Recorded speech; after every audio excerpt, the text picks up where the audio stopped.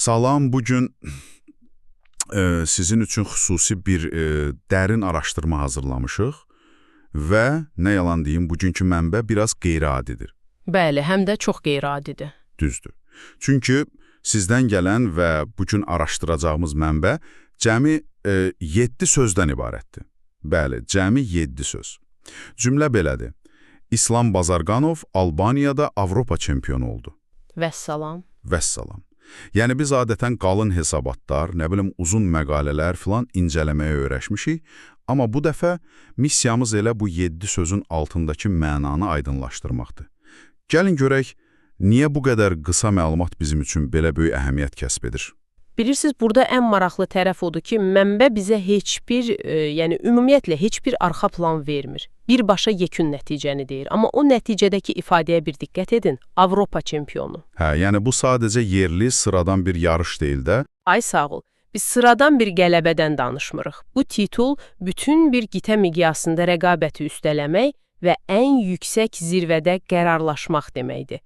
Albaniya isə sadəcə olaraq bu, belə deyək, tarixi fəthin rəsmiləşdiyi məkandır. Bir dəqiqə, dayanın. Amma detalların olmaması əslində biraz cansıxıcı deyil. Yəni, mən məsələn hesabı bilmək istəyərdim, rəqib kim idi, o proses necə keçdi? İdman azərkeşləri dramı sevir, haqlısınız. Əlbəttə. Mənə bu bilirsiniz nəyi xatırladır? Boksda o qəfil gələn nokaut zərbəsini, yəni sən o zərbənin arxasında aylarla tökülən tər var, əziyyət var, qan var. Məşqlər var, bəli. Məşqlər var. Amma sən onları görmürsən. Sadəcə saniyəlik bir anla hər şey bitir və hakimin əli qalxır. Bəs niyə belə qısa məlumat bizi qane etməlidir? Tamamilə eyni məntiqdir.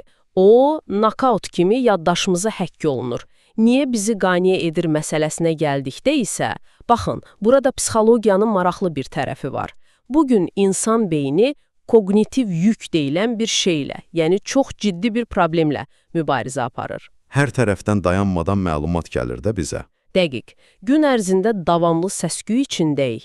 Detallar həddindən artıq çox olanda beynimiz yorulur, emal prosesi uzanır və biz ana fikri qaçırırıq. Amma bu mənbədə, yəni göndərilən bu 7 sözdə siqnal və küy nisbəti mükəmməldir. Bəli, mükəmməldir. Heç bir küy, yəni artıq detal yoxdur. Deməli, beyin heç bir analizə əlavə enerji sərf etmir. Kim uddu, hesab necə oldu deyə vaxt itirmir, eləmi? Ay sağ ol. O sadəcə mütləq qələbə faktını götürür və birbaşa uzun müddətli yaddaşı atır. Bilirsiniz, bunu əslində gündəlik həyatda da görürük. Məsələn, işdə kimsə çətin bir problemi həll edəndə, uzun-uzadı bunu belə etdim, filan qədər əziyyət çəkdim deyəndə adamı yorur. Bəli, fikri yayındırır.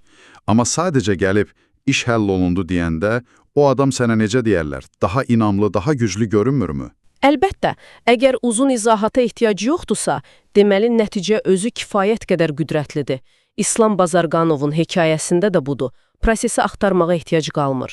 Avropa çempionu ifadəsi öz-özlüyündə heç bir əlavə müzakirəyə yer qoymur. O zaman gəlin yavaş-yavaş yekunlaşdıraq. Sizin üçün, yəni dinləyicilərimiz üçün bugünkü mənbədən çıxaracağımız əsas xülasə budur.